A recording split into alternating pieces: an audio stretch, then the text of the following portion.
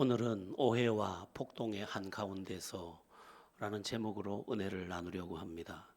사람에게 있어서 오해는 쉽게 해결되지 않는 문제를 가지고 있습니다. 오해라는 것은 어떤 문제를 잘못 이해하는 것을 가리켜서 하는 말인데, 이 오해는 항상 우리들을 참 심각하게 만듭니다. 잘못된 해석으로 비롯된 것이지만 그 잘못된 해석을 그 본인은 바른 해석이라고 철석같이 믿기 때문에 이 오해는 오해를 만나면서 항상 문제를 불러오게 되지요. 지난 주일에 우리가 살펴본 대로 사도 바울에게는 부정을 씻을 만한 허물이 없었지만 교회의 평화를 위하여 다른 사람의 결례 비용까지 지불하면서 머리를 깎고 그런 결례를 행하여 모든 그 결례를 마쳤음을 신고했음에도 불구하고 오해는 해결되지 않았습니다. 오해는 그렇습니다. 한번 오해하면 오해의 시각이 고착화되기 때문에 고정된 그 오해의 관념으로 모든 것을 생각하게 됩니다. 그런 점에서 우리는 조심해야 합니다. 그리고 살펴야 합니다. 혹시나 내가 잘못 생각하고 있는 것은 아닐까? 내가 잘못 들은 것은 아닐까? 잘못 판단하고 있는 것은 아닐까? 그렇게 살펴봐야 한다는 것입니다. 왜냐하면 오해가 위험 소지를 많이 갖고 있기 때문에 그렇습니다. 오해는 오해로 끝나지 않고 미움과 증오를 부르는 경우가 아주 많습니다. 오늘 본문에도 그런 일이 닥치는데 사도 바울에 대한 오해가 가득한 사람들에게 이제 다른 문제가 하나 닥치자 이 사도 바울을 죽이려고 하는 그러한 폭동이 일어나게 됩니다. 어떤 사람이 나타나서 이 일에 불을 지피게 되는데 오늘 본문 27절을 한번 보시기 바랍니다. 합독합니다. 그 이래가 거의 참에 아시아로부터 온 유대인들이 성전에서 바울을 보고 모든 무리를 충동하여 그를 붙들고, 계속 보겠습니다. 28절 외치되 이스라엘 사람들아 도우라, 이 사람은 각처에서 우리 백성과 율법과 이곳을 비방하여 모든 사람을 가르치는 그자인데 또 헬라인을 데리고 성전에 들어가서 이 거룩한 곳을 더럽혔다 하니. 사람들은 사실 앞뒤를 잘 모릅니다. 그냥 들리는 대로 들을 뿐이죠. 그리고 그것이 잘못됐다고 인정되면 분노할 뿐입니다. 오늘 본문이 바로 그런 이야기죠. 어떤 사람이 와서 부추겨서 말할 때 오해에 더해진 그 부추김이 이제 분노가 되는 그러한 장면입니다. 한편 교회의 배후에 사탄이 이 모든 일들을 조장합니다. 사탄은 하나님께 쫓겨난 자이기 때문에 하나님을 미워하고 하나님이 기뻐하는 것을 다 미워합니다. 그래서 하나님이 디자인하고 하나님이 설계해서 우리에게 준 새 생명이 태어나기도 하고 새 생명이 자라기도 하고 이곳에서 기적이 일어나기도 하는 그 교회라는 공동체를 허물고 싶어 합니다. 그래서 오해와 또는 부추김과 충동지를 다 동원해서 그 교회 공동체를 무너뜨리려고 하는 것입니다. 요한계시록에 보면 이 교회를 짓밟는 여러 가지 내용이 나오는데 짐승이라는 그 머리가 7인 짐승이 나오는데 이 짐승은 로마의 황제를 가리키기도 하고 역대 기독교를 박해했던 모든 그 제국들을 의미하기도 합니다. 그러니까 박해를 얼마나 가하는지 네로 황제로부터 시작해서 도미티안 황제, 트라얀 황제, 트라얀 황제, 막시 옛날에 다 10황제를 다 외웠나 다 잊어버렸네. 무려 200년이 넘게 그렇게 박해를 합니다. 짐승들입니다. 그걸 짐승이라 이렇게 표현했습니다. 그리고 요한계시록 17장에 가면 음녀가 나오는데 이 큰 음녀가 물 위에 앉았다 이렇게 되어 있습니다. 물 위에. 물은 세상을 의미합니다. 이 세상을 유혹해서 더럽히는데 이 음녀는 얼마나 매력이 있는지 모든 것을 다 갖추고 있습니다. 그래서 이 음녀가 유혹하면 안 넘어갈 사람이 없는데 교회를 이 유혹의 방법으로 다 무너뜨리려고 한다 이 말입니다. 또한 라오디게아 교회 같은 경우에는 풍성함을 줘서 그 풍성함에 빠져서 영적으로 시들을 하게 만들어 버립니다. 또 고린도 교회 같은 경우에는 서로 바울파다, 아볼로파다, 게바파다, 또 그리스도파다 해서 파가 나누어져서 또 서로 분쟁함으로 교회가 교회되지 못하게 만듭니다. 사탄이 배후에 있습니다.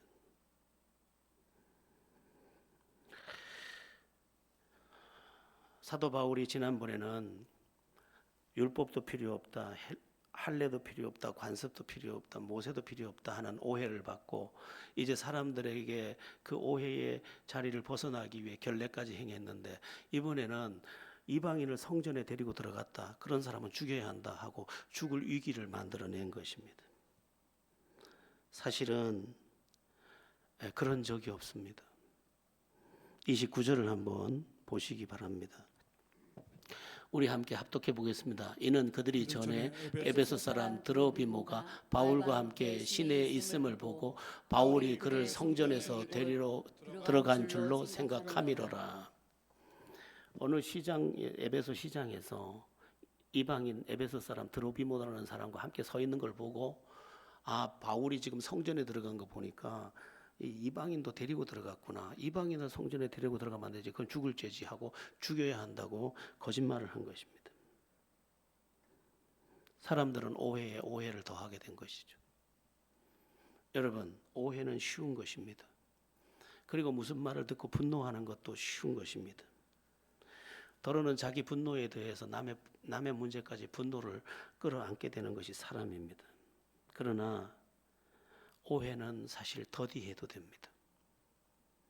성경에 보면 사연을 듣기 전에 말하는 자는 자기의 어리석음을 나타내는 자니라 이렇게 되어 있습니다. 늦게 화내도 됩니다. 늦게 흥분해도 됩니다. 조금 더 지켜보면 분별이 될 것입니다. 또 한편의 말만 들으면 그 말이 옳은 듯 하지만 실상은 그렇지 않은 경우가 허다합니다. 잠언 18장 17절에 송사에서는 먼저 온 사람의 말이 바른 것 같으나 그 상대자가 와서 밝히느니라. 앞에 와서 그 사람 말 들을 땐 그게 맞는 것 같지만 나중에 그 상대방을 와서 들어보니까 이거 잘못됐더라는 거예요. 오히려 이 사람이 잘못됐더라는 거예요. 그런데도 오해가 많이, 이 말들이 잘 통합니다. 인간이 약하기 때문에. 특별히 유독 오해를 잘하는 사람이 있습니다. 어떤 사람이냐? 이런 사람은 자기 진짜 영적으로 강화되어야 합니다. 어떤 사람이 오해를 잘하느냐? 어떤 사람이 상처를 잘 받느냐? 열등감이 있는 사람, 상처가 있는 사람입니다. 상처가 있으면 살짝 스치기만 해도 몸도 아프지 않습니까?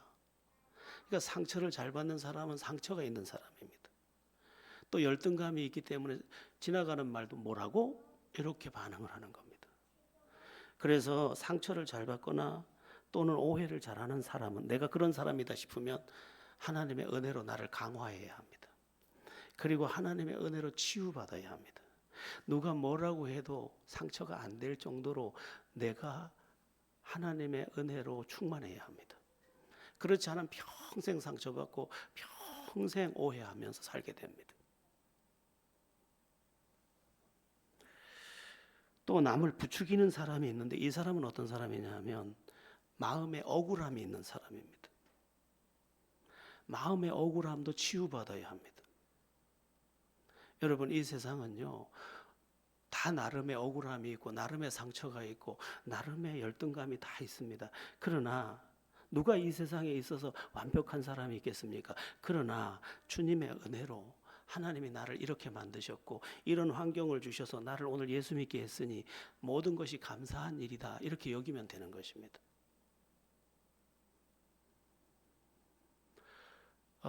우리들 교회 김향재 여자 목사님이시죠. 그분이 이런 설교를 해가지고 많은 사람들에게 비난도 받았는데 일면 굉장히 이해가 되는 부분이 많습니다. 일본을 우리가 미워하는데 일본을 무조건 미워할 게 아니다. 일본이 한국을 그렇게 짓밟고 하는 바람에 기독교가 기도하면서 오히려 살아나고 깨어났다. 일본이 잘했다는 게 아니라 그들의 박해 때문에 한국 기독교는 오히려 살아났다. 여러분, 우리가 어려움이 없었으면 예수를 이렇게 믿었겠습니까? 어려움이 있어서 오늘 예수를 믿게 됐으니 그 어려움조차도 감사한 것입니다. 제가 지금 가서 섬기고 있는 교무처장으로 섬기고 있는 부산 성경신학원은 학장님이 계신데 저랑 동갑입니다. 엄마가 5명입니다. 엄마가 5명인데 엄마 품에서 못 자라고 큰엄마 품에서 자랐습니다. 밥을 제대로 눈치 안 보고 먹어본 적이 없답니다. 학비를 받을 때면 당연히 받아가야 되지만 한 번도 학비를 달라 소리를 못해서 매일매일 선생님이 남으라면 남아있어서 그 지리산 자락 산골짜기에서 많이 울었답니다. 그러면서 이런 말을 했습니다. 상상해 보십시오. 엄마가 둘도 아니고 셋도 아니고 넷도 아니고 5이면 이걸 어떻게 살겠습니까? 공부도 시켜주지 않아서 중학교 졸업 맞고 돈 벌어 오라고 해서 부산에 왔다가 예수를 만난 겁니다. 그런데 그렇게 만난 예수가 그렇게 자기를 울게 만들더라는 거예요. 하나님, 나는 왜 이렇게 태어났을까요? 네? 엄마가 1명도 아니고 2명도 아니고 3명도 아니고 4명도 아니고 5명입니다. 5명. 어느 집에 가서 밥을 먹고 어느 품에 안겨야 될지도 모르는데, 그런데 세월이 지나고 은혜를 받고 알게 됐답니다. 그렇게 모질게, 그렇게 아프게, 그렇게 상처 깊은 삶을 살았기 때문에 주님밖에 모르고 주님을 의지하다 보니까 모든 것을 다 이해하게 되고 모든 것을 다 용서하게 되고, 그래서 학교 학장도 되고, 또 이제 나중에 사모님을 만났는데 사모님이 학교 선생님이셨어요. 그래가지고 이 가여운 남편을 늘 품에 안아주셨어. 그 어떻게 살았노 하면서 뒷바라지를 다 해줬어요. 그래가지고 검정고시하고, 검정고시에서 신학하고 대학 가고 대학원하고 영어 교육과를 또 전공하셔가지고, 그리고 우리 대한예수교 장로회 총회 서기까지 지내면서, 또 우리 총회 재판국 총회 정치부 부장하시면서 많은 일들을 섬기시는데 지금도 딱 서서 예의를 딱 지키고 어떤 말을 들어도 요동을 하지 않습니다. 상처가 다 극복되고 나니까 아무것도 문제가 안 되는 거예요. 여러분, 나만 상처 있는 거 아니에요? 다 상처가 나름 다 있는 거예요. 제가 어렸을 때 그래도 꽤 곱상하게 생겼는데 먼 일로 아버지가 나를 빨가벗겨가지고 고드름이 다 매달려 있는데 거기에다가 내쫓아가지고 빨가벗고 아무것도 못 입고 고드름 밑에 이렇게 서 있다 보니까 내가 좋아하는 예쁜 여자애가 지나가는 거예요. 얼마나 수치스러웠지 말도 못해. 그 수치를 어떻게 말로 다 못해. 그런데 그런 것들이 다 상처가 어우러져서 그 상처가 전부 보석으로 바뀌어버리고, 주님을 만나면 상처도 다 보석으로 바뀌는 거지.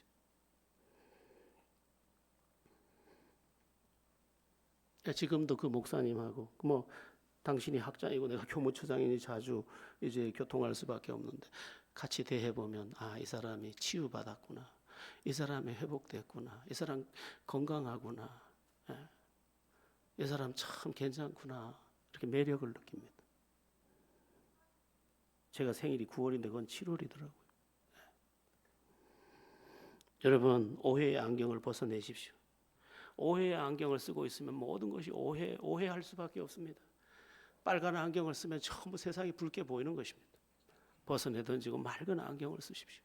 영의 안경을 쓰고 주님의 은혜 안에서 볼 줄 아는 성숙함을 가지십시오. 그리고 이 오해가 분노가 되지 않도록 하십시오. 오해가 분노가 되면 망합니다. 남도 죽이고 나도 죽입니다. 이 야고보서에 보면 입술을 가리켜서 불의 세계라 이랬는데, 이번에 그 의성이나 이쪽에 산불 내 가지고 온 지역을 불살라서 세상에 영양 이쪽에 보니까 한 마을이 다 불에 탔더만. 영덕은 막 바닷가에 묶어놓은 배까지 타버렸어요. 얼마나 불이 거센지. 실제적인 불의 온도가 1000도랍니다 이게. 그러니까 그 불덩어리가 막 떨어지는 거지. 미사일 날아오는 줄 알았다는 거예요. 그렇게 죽은 사람이 30명이 넘고 집을 잃고 울고 통곡하는 사람, 그 사람 한 사람의 이 잘못된 불씨 하나가, 여러분, 내가 만들어 놓은 오해와 내가 만들어 놓은 잘못된 충동질 하나가 다 죽여버리는 거예요. 다 죽여버리는 거예요. 나도 죽고. 정말 어떤 사람이 나와가지고 제발 좀 도와주세요 하고 안동에 있는 어떤 사람이 우는데 같이 눈물이 나더라고요. 저 형편이 얼마나 다급한가 저거.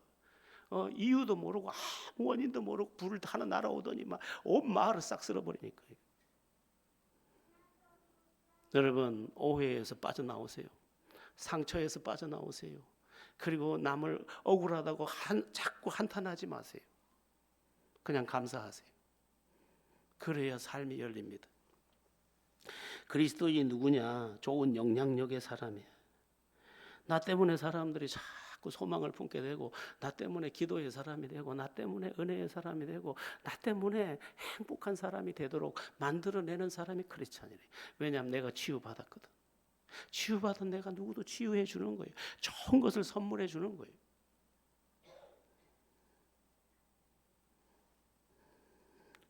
크리스찬의 삶이 복된 것은 내 형편이 무조건 좋아서만이 아니에요.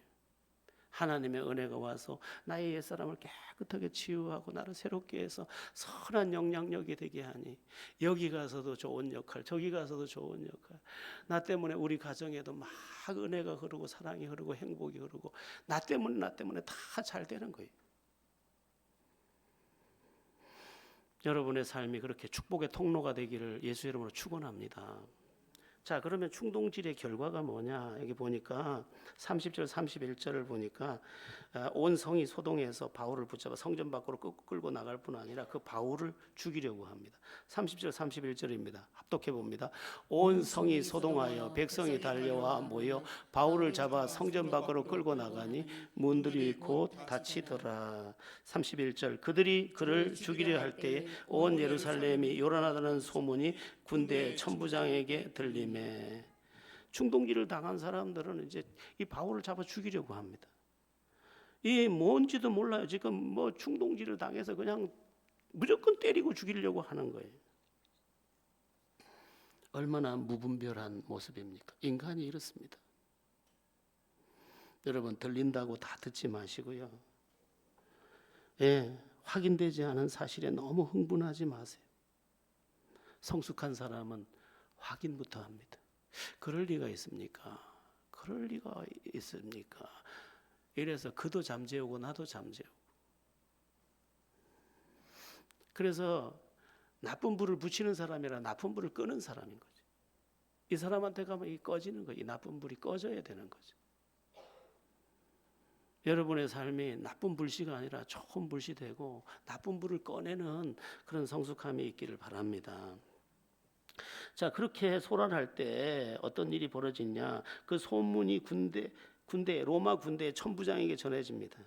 그들이 그를 죽이려 할 때 온 예루살렘이 요란하다는 소문이 군대 천부장에게 들림에, 32절 같이 보겠습니다.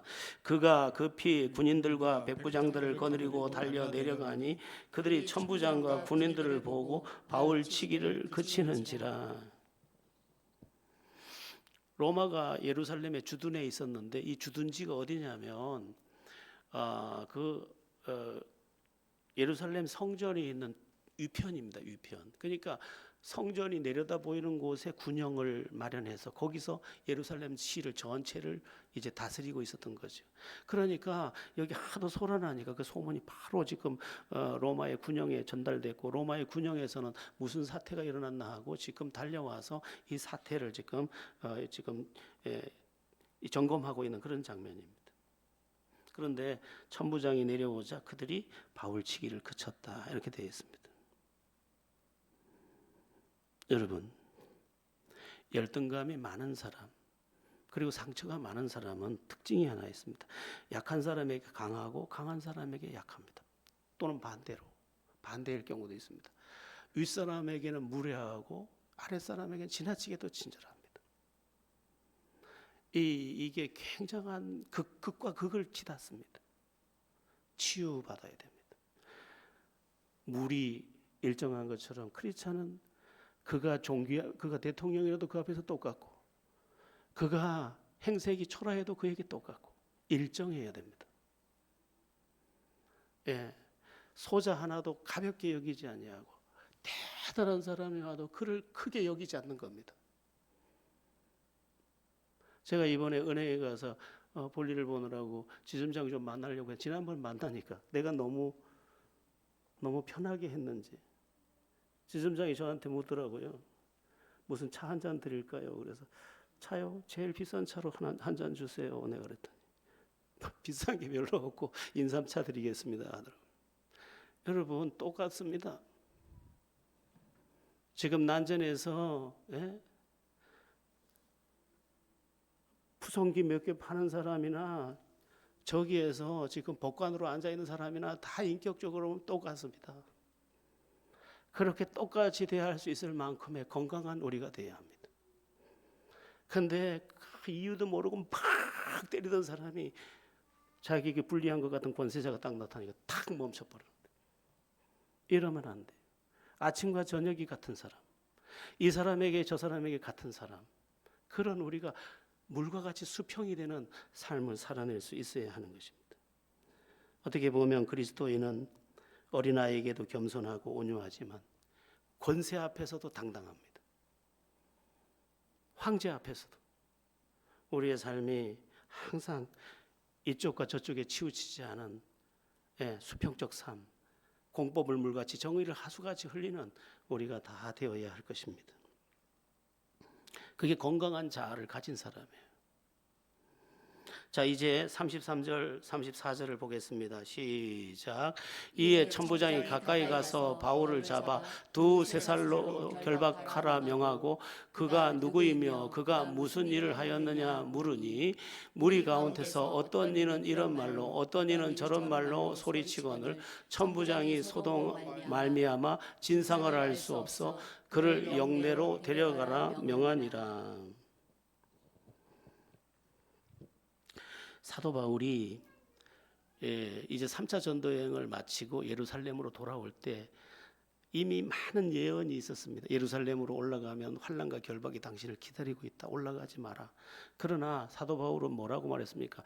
나의 달려갈 길과 주 예수께 받은 사명, 하나님의 은혜의 복음 증거하는 일을 마치려 하면은 나의 생명조차 조금 더 귀한 것으로 여기지 아니하노라 하고 그냥 그 기약돼 있는 환난을 뚫고 이곳에 여기까지 왔는데 실제로 지금 결박이 된 것입니다. 그러나 여러분 나중에 보면 이것이 로마로 가는 기적의 시작이 됩니다.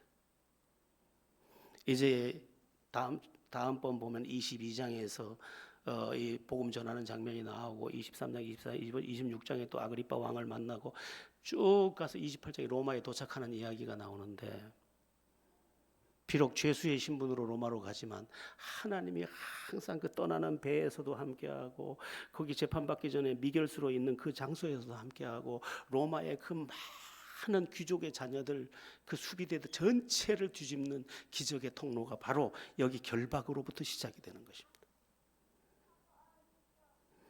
여러분 이 부분이 중요합니다. 형편과 어려움에 타협하지 않고 정령 믿음으로 나가는 그 사람은 하나님이 살아계신 증거를 보게 되는 것입니다.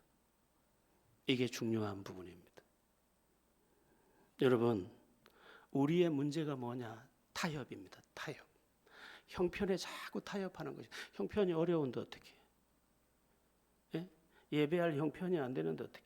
11조할 형편이 안 되는데 어떻게? 헌금할 형편이 안 되는데 어떻게? 기도할 형편이 안 되는데 어떻게?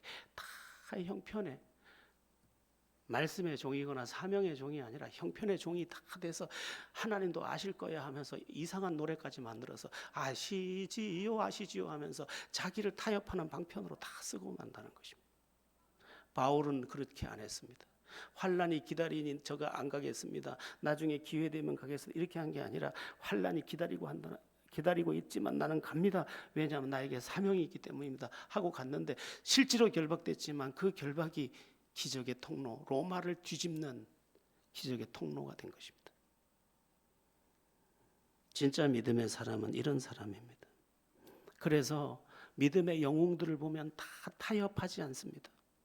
타협이 없습니다. 우리가 잘 아는 다니엘을 보십시오. 다니엘을 기도하면 앞으로 30일 동안 그 영을 기간을 정해서 이 30일 내로 누가 기도하는 사람이 있거나 우상에게 절하는 사람이 그는 무조건 죽인다 했는데, 사자굴에 던져서 죽인다 했는데, 다니엘은 어인이 찍힌 것을 알고도 어제처럼 기도를 계속합니다. 이제 적이 파놓은 함정에 빠진 것입니다. 다니엘에게 어떠한 약점을 찾을 수가 없는데 오직 다니엘에게 약점을 찾는 거라면 하나님 앞에 날마다 기도하는 건데, 그거 못하게 하고 만약 하면 잡아다가 죽이려고 한 건데, 그 올무가 노인 줄 알고 적이 파놓은 함정인 줄 알고도 그리로 들어가 버립니다. 그런데 어떻게 됩니까? 사자굴에 들어갑니다. 굶은 사자들이 드글거리는 사자굴에 던져집니다. 그러나 이상하게 사자들이 입을 닫습니다. 그리고 거기 성경에 보면 천사들이 수종드니라. 사자굴이 천사굴로 탁 바뀌어버렸어요.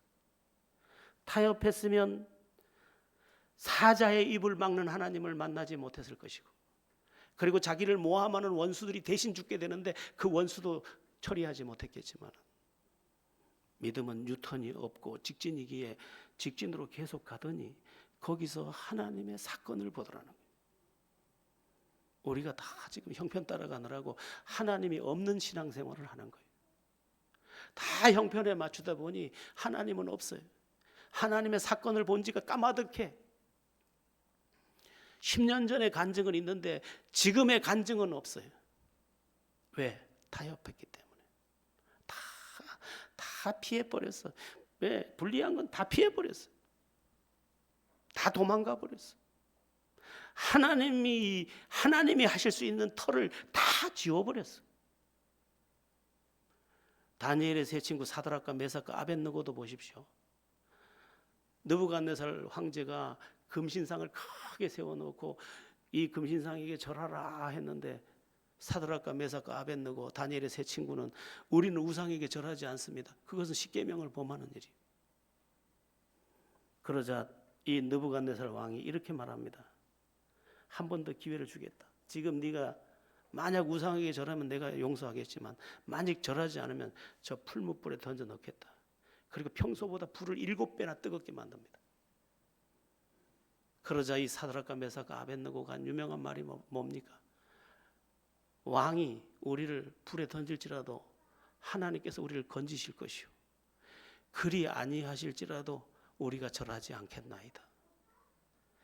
그랬더니 이 제국의 황제 이 느부갓네살이 화가 머리끝까지 치밀어서 던져라 해서 던져 넣었더니 세상에 불속을 보니까, 아니 3명을 던져놨는데 4명이 그 불 가운데를 걸어 다니는데 그 4번째 사람은 인자 같은 이가 그들 3명과 함께 있는 거예요. 구약에 나타난 그리스도입니다. 여러분, 사드락과 메삭과 아벳느고는 타협하지 않는 믿음으로 장차 오실 그리스도를 이미 불 속에서 만났습니다. 우린 다 타협해버려. 다 타협해버려. 저 유명한 에스더도 자기 백성을 구원하기 위해서 지금 그 계율을 깨고 왕의 규칙을 깨고 왕에게 나가면 자기가 죽지만 자기 백성을 살려야 되는 사명이 자기에 있기 때문에 내가 죽으면 죽으리다 하고 가서 왕의 호를 붙잡았는데, 왕의 마음을 그 순간 하나님이 완전히 바꿔가지고 다 죽을 유대 백성들을 대신 아말렉 족속을 진멸하는, 그리고 그날을 불임절 축제의 날로 바꾸는 기적을 보게 되는 것입니다. 여러분, 우린 지금 다 타협하고 있습니다. 이건 진짜 믿음 아닙니다. 제가 아까 말씀드렸습니다. 우리 기독교 신앙은 유턴이 없습니다. 오직 직진. 아니 왜 직진이야? 진리를 따라가는데 무슨 잘못된 것 같아 좌측으로 돌아봐, 잘못된 것 같아 우측으로 돌아봐, 이게 있을 리가 있겠습니까? 주의 명하심은 후회함이 없다고 했습니다. 그러니까 그대로 진리기 때문에 그대로 순종하고 가면 하나님이 나머지는 알아서 할 것입니다. 타협, 여기에 우리의 함정이 있습니다.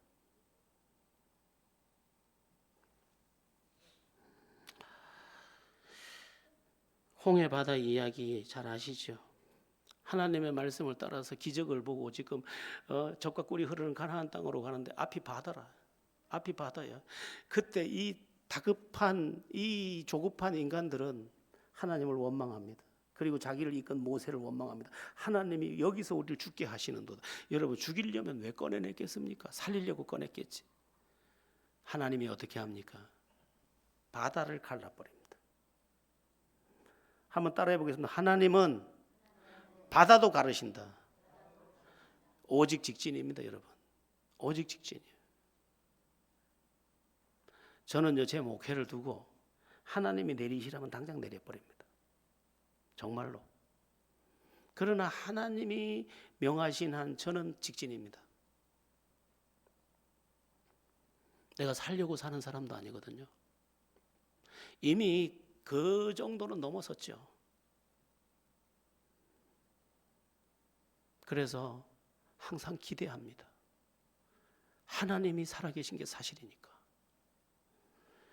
타협 없이 벼랑 끝에 서는 용기를 가지고 믿음의 그 걸음을 걸어가면서 하나님이 어떻게 일하시는지를 보는 우리 모두가 되었으면 참 좋겠습니다. 오늘의 마지막 말씀이 뭐냐면 이제 천부장에 의해서 쇠사슬에 결박된 채로 끌려가면서 하는 바울의 행동입니다. 자, 35절부터 우리가 37절까지를 보겠는데요. 우리 합독해 보겠습니다. 바울이 층대에 이를 때 무리의 폭행으로 말미암아 군사들에게 들려가니 이는 백성의 무리가 그를 없이하자고 외치며 따라가미로라. 바울을 데리고 영내로 들어가려 할 그때에 바울이 천부장에게 이르되 내가 당신에게 말할 수 있느냐? 이르되 내가 헬라 말을 아느냐? 계속 좀 보여주세요. 그러면 내가 이전에 소요를 일으켜 자객 4,000명을 거느리고 강렬어 가던 애굽인 계속요. 바울이 이르되 나는 유대인이라 소 아닌 길리기아 다소시의 시민이니 청컨대 백성에게 말하기를 허락하라 하니 천부장이 허락하거늘 바울이 층대 위에 서서 백성에게 손짓하여 매우 조용히 한 후에 히브리 말로 말하니라. 이제 막 영내로 군영이죠, 군영. 로마의 군영으로 막 계단을 통과해서 끌고 가려고 하는데 이 헬라 말로 한 것 같아요. 헬라 말로 내가 당신에게 말할 수 있느냐? 내가 당신한테 한 말씀 드려도 되겠느냐? 이랬더니 네가 헬라어를 아느냐? 그래서 기회를 얻습니다. 근데 중요한 게 있습니다. 그게 뭐냐면 바울이 지금 하고자 하는 일입니다. 바울이 지금 뭐 하려고 하는 겁니까? 지금 자기를 돌로 쳐서 죽이려고 하고 주먹으로 쳐서 죽이려고 하던 사람들에게 예수 복음 전하려고 기회를 얻고 있는 것입니다. 여러분, 나 하나도 살기 바쁜 바울의 형편인데, 그리고 자기를 조금 전까지 주먹으로 치고 어떤 사람은 발로 걷어차고 어떤 사람이 뭐가 몽둥이 있어 몽둥이로 때리던 그 사람들인데 그 사람들에게 복음 전하려고 계단 중간에 서서 천부장에게 내가 말할 수 있습니까? 말하라. 히브리 말로, 유대인들이 다 알아들을 수 있는 히브리 말로 이제 복음을 전하기 시작하는 겁니다. 이게 이제 다음 시간에 22장에 가면 쫙 그 전하는 내용이 나옵니다. 여러분, 바울은 진짜였습니다. 바울이 전도자로서 자기를 드리려고 한다는 그 마음이 진짜였습니다. 이게 중요합니다. 여러분, 하나님은요 진짜만 받습니다. 우리가 뭐 찬양을 할 때도 뭐 받으소서 해도 그게 진짜가 아니면 하나도 안 받습니다. 진짜만 받습니다. 사람은 외모를 보거니와 나 여호와는 그 중심을 보느니라. 그 마음이 담긴 진짜만 딱 받습니다. 기도도 진짜만 받습니다. 헌금도 진짜만 받습니다. 하나님은 거치례를 받지 않습니다. 그러니까 지금 바울이 이런 환난 중에도 복음을 전하겠다고 계단 층계에서 자기에게 돌 던지고 자기를 몽둥이질하던 그 사람들에게 복음을 전한다는 것은 그가 지금 복음 전하려는 마음이 진짜인 거죠. 그래서 바울의 여정에 기적이 동반된 겁니다. 저는 가짜를 너무 많이 봤습니다. 가짜가 많아요. 천국에 가서 못 만날 사람 많은 것 같아요. 가짜가 많아요. 진짜가 돼야 합니다. 믿음도 진짜, 기도도 진짜, 헌신도 진짜, 교회 사랑도 진짜. 그걸 하나님이 받는 겁니다. 그걸. 그리고 그걸 통해서 하나님이 일하시는 겁니다. 여러분, 여기에 한 주먹에 밀알이 있고 밀 형상만 가진 게 한 주먹 있다면 이 형상만 가진 것은 1000개를 심어도 하나의 열매도 거두지 못합니다. 진짜만 되는 것입니다. 그래서 예수 믿는 사람이 항상 조심해야 되는 것, 사람 앞에서 믿지 않는 거예요. 사람에게 보이려고 하는 거 아니에요. 인간은요, 욕구가 있기 때문에, 인정받고 싶은 욕구가 있기 때문에 자꾸 사람 앞에서 합니다. 그래서 실수를 하는 거예요. 어떤 사모님이 하루는 목사님이 집에를 갔더니 어떤 사모님이 그러더니 나 교회 강단에 가서 잘라 그런다고. 그래서 왜 교회 강단에, 멀쩡한 집을 두고 교회 강단에 가서 자냐니까, 나는 강단 위에 있는 당신하고 살고 싶지 집에 있는 당신하고 살기 싫다. 말만 한 거죠, 말만. 오늘 우리 너무 말쟁이에요. 저도 마찬가지예요. 우리는 진실을 추구해야 합니다. 내가 진짜 교회를 사랑하고, 내가 진짜 주님을 사랑하고, 내가 진짜 그분 앞에 믿음을 가지고 기도하고. 여러분, 진짜면 작은 신음인들 하나님이 어떻게 외면하겠습니까? 사도 바울은 오해와 폭풍 그 사이에서 지금 복음을 전하고 있습니다. 진짜인 거죠. 그래서 하나님이 진짜 글을 쓴 겁니다. 진짜를 받는 것입니다. 오늘 우리를 살펴봅시다. 나는 진짜인가? 나는 광대는 아닌가? 나의 믿음은 쇼는 아닌가?